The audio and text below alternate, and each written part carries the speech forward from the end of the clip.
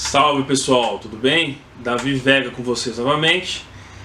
Hoje eu vou falar de um livro que eu gosto bastante, né? Na verdade não é um livro em específico, eu queria falar um pouco. Claro que não dá para abordar de uma forma profunda e falar de todos os livros desse autor, mas é o Martin Heidegger, né?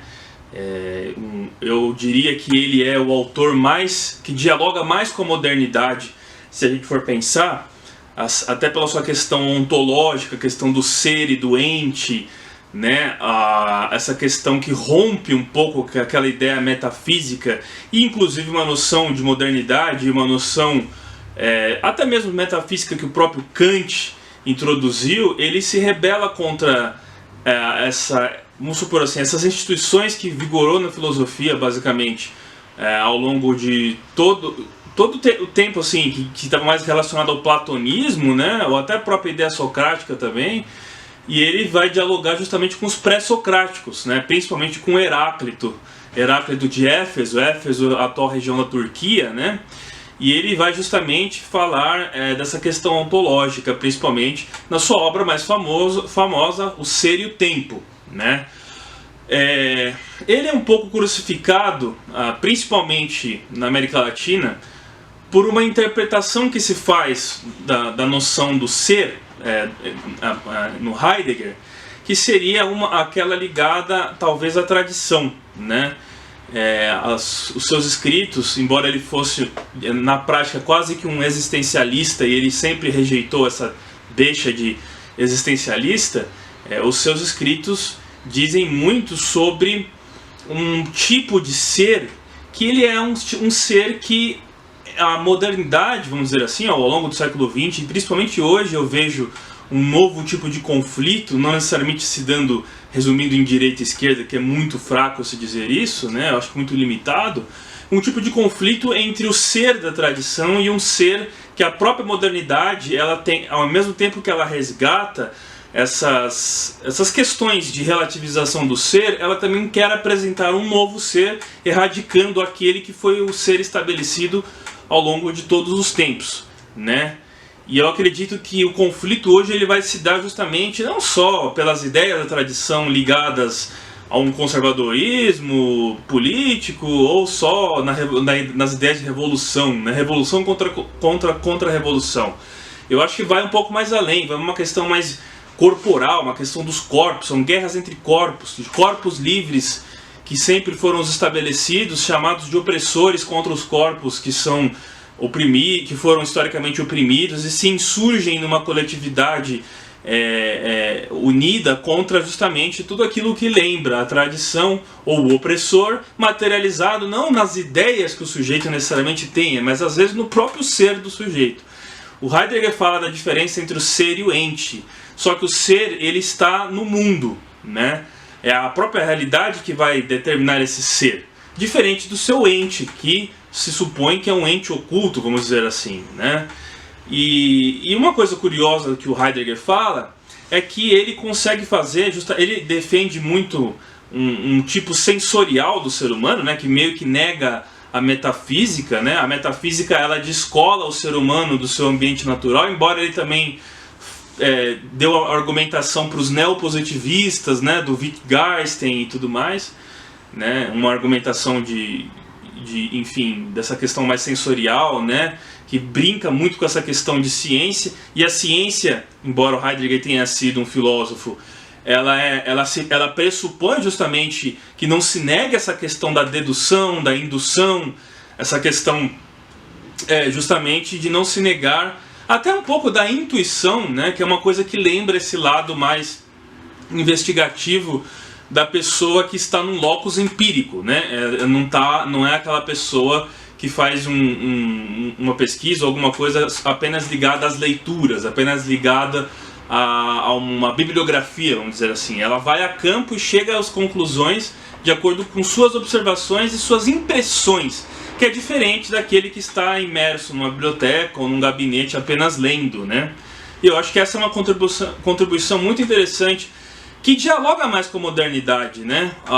Eu acredito que o tiro inicial foi o Nietzsche deu esse tiro inicial da modernidade, que rompeu até em termos políticos aquela coisa da dialética do mundo bipolar, né? Estados Unidos contra a União Soviética, vamos dizer assim, ou é uma coisa ou é outra, ou é classe operária ou é burguesia. Aquela dialética ela foi rompida pela multipolaridade da modernidade, e essas tendências pré-socráticas, ou até que não são tão platônicas de filosofar, hoje elas voltaram de uma forma muito grande, que dizem muito respeito a justamente esse mundo que não é um mundo determinado por bipolaridades, vamos dizer assim, né?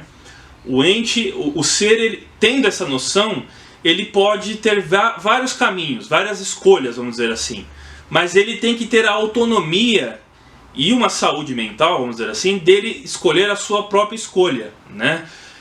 Uma vez entendendo que se pode ser múltiplo, você pode escolher ser uma coisa, outra ou simplesmente múltipla também, né? E esse discurso é usado muito por questões de grupos minoritários, né? Minoritários que eu digo, minorias sociais, porque hoje se faz uma grande maioria, né?